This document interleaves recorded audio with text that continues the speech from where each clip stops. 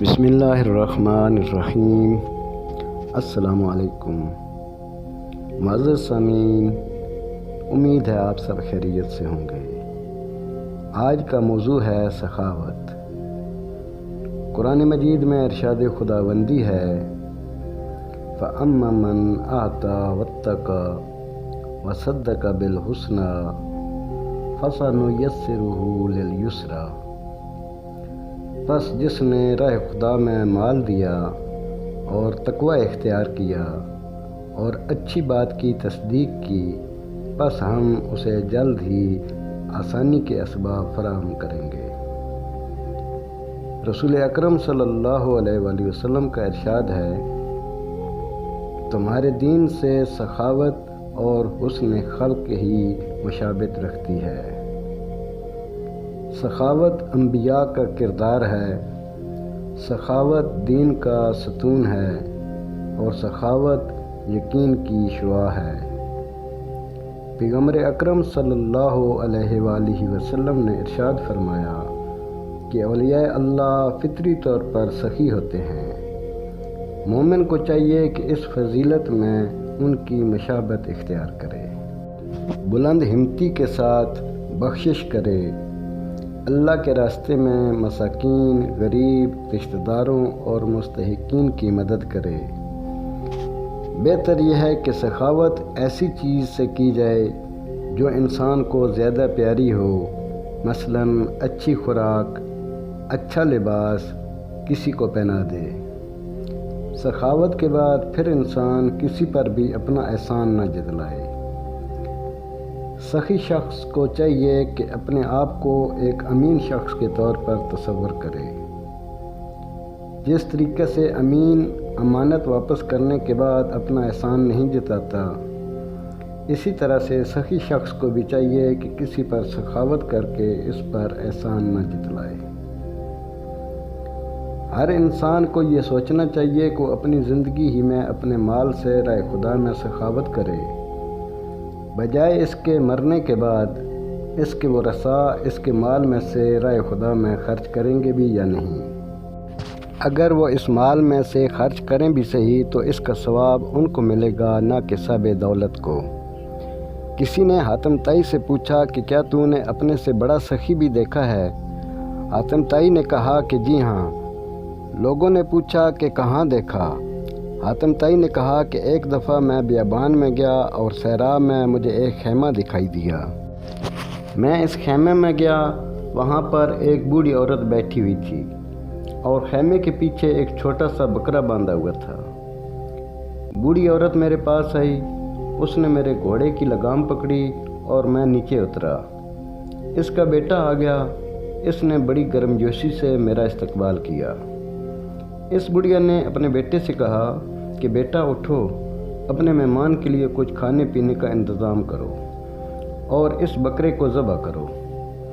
بیٹے نے کہا کہ اس کے ذبح کرنے سے پہلے مجھے اجازت دیں کہ میں اس کے لیے کچھ ایندھن جمع کر لوں۔ ماں نے کہا جب تک تو صحرا جائے گا اور ایندھن لائے گا تو دیر ہو جائے گی، ہمارا مہمان اس وقت تک بھوکا رہے گا۔ یہ بات جوان مردی کے خلاف ہے۔ اس گھر میں 2 نیزے رکھے ہوئے تھے، ان نیزوں کے پیچھے جو لکڑی تھی اس کو کاٹ ڈالا اور بکرے کو ذبح کیا اور اس کا گوشت پکا کر میرے سامنے لایا گیا۔ جب میں نے ان کے حالات دریافت کیے تو مجھے معلوم ہوا کہ ان کا کل سرمایہ وہ بکرا تھا جس کو ذبح کر کے انہوں نے میری مہمان نوازی کی۔ میں نے اس بڑھیا سے کہا کہ کیا مجھے جانتی ہو؟ اس نے کہا میں نہیں جانتی۔ میں نے کہا میں حاتم طائی ہوں، کسی روز آپ میرے قبیلے میں آؤ تو میں تجھ کو کچھ نہ کچھ ہدیہ کروں گا۔ اس بڑھیا نے کہا کہ ہم اپنے مہمانوں سے کوئی جزا حاصل نہیں کرتے اور ہم کھانا نہیں بیچا کرتے۔ اس بڑھیا نے میری دعوت کو قبول نہ کیا تو میں یہ سمجھتا ہوں کہ وہ خاندان مجھ سے بھی بڑا سخی ہے۔ ایک دفعہ کہیں سے پیغمبر اکرم صلی اللہ علیہ وآلہ وسلم کی خدمت میں 300 اشرفیاں ہدیہ کے طور پر موصول ہوئیں اور پیغمبر اکرم صلی اللہ علیہ وآلہ وسلم نے وہ 300 اشرفیاں حضرت امیر المومنین علی علیہ السلام کو عنایت کیں۔ جب حضرت علی علیہ السلام کو وہ اشرفیاں ملیں تو حضرت علی علیہ السلام نے کہا کہ خدا کی قسم میں نے رائے خدا میں خرچ کروں گا اور اللہ اسے قبول فرمائے گا۔ پھر ایک شب آپ نماز عشاء سے فارغ ہونے کے بعد 100 اشرفیاں اٹھا کر مسجد سے باہر آئے اور وہ 100 اشرفیاں ایک عورت کو صدقہ کے طور پر عطا کر دیں۔ جب صبح ہوئی تو لوگوں نے کہا کہ رات امیر المومنین علی علیہ السلام نے عجیب کام کیا، 100 اشرفیاں ایک بدکار عورت کو صدقہ کر دیں۔ اس پر حضرت علی علیہ السلام پریشان ہوئے اور اپنے آپ سے کہنے لگے کہ آج رات میں صدقہ ضرور کسی ضرورت مند کو دوں گا۔ دوسری شب حضرت علی علیہ السلام نماز عشاء سے فارغ ہونے کے بعد 100 اشرفی اٹھا کر مسجد سے باہر آئے اور باہر کھڑے ہوئے شخص کو وہ 100 اشرفی صدقہ میں دے دی۔ جب صبح ہوئی تو لوگوں نے کہا عجیب بات ہے، آج علی علیہ السلام نے جس شخص کو 100 اشرفی عطا کی ہے وہ پیشہ ور چور تھا۔ پھر تیسری رات علی علیہ السلام نے کہا کہ خدا کی قسم آج میں ہر صورت اس کو 100 اشرفی صدقہ دوں گا جسے خداوند عالم قبول فرمائے گا۔ نماز عشاء سے فارغ ہونے کے بعد 100 اشرفی اٹھا کر حضرت علی علیہ السلام نے باہر کھڑے ہوئے شخص کو دی۔ جب صبح ہوئی تو اہل مدینہ نے کہا عجیب بات ہے کہ آج علی علیہ السلام نے ایک دولت مند شخص کو 100 اشرفی صدقہ میں دی ہے۔ حضرت علی علیہ السلام رسول خدا صلی اللہ علیہ وآلہ وسلم کی خدمت میں حاضر ہوئے اور انہیں اپنی پریشانی سے آگاہ کیا تو حضرت محمد مصطفیٰ صلی اللہ علیہ وآلہ وسلم نے فرمایا، اے علی علیہ السلام، مجھے جبریل علیہ السلام نے خبر دی ہے کہ اللہ نے آپ کے صدقات کو قبول کیا ہے اور اللہ نے آپ کے عمل کو پاکیزگی عطا کی ہے۔ 100 اشرفی جب آپ نے پہلی رات ایک بدکار عورت کو دی تھی تو اپنے گھر گئی اور اس نے بدکاری سے ہمیشہ ہمیشہ کے لیے توبہ کر لی ہے۔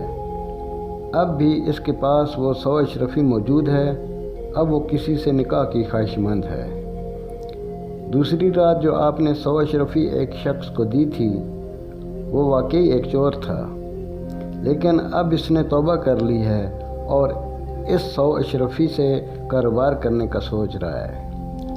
اور تیسری رات آپ نے جو 100 اشرفی صدقہ میں دی ہے وہ واقعی ایک دولت مند شخص تھا، لیکن گھر جا کر اس نے سوچا کہ میں تو دولت مند ہوں، نہ تو میں نے کبھی اپنے مال سے زکوٰۃ ادا کی ہے نہ ہی دوسرے واجبات شرعی ادا کیے، جبکہ علی علیہ السلام مجھ سے غریب ہے، پھر بھی اس نے مجھے 100 اشرفی بطور صدقہ عطا کیا ہے۔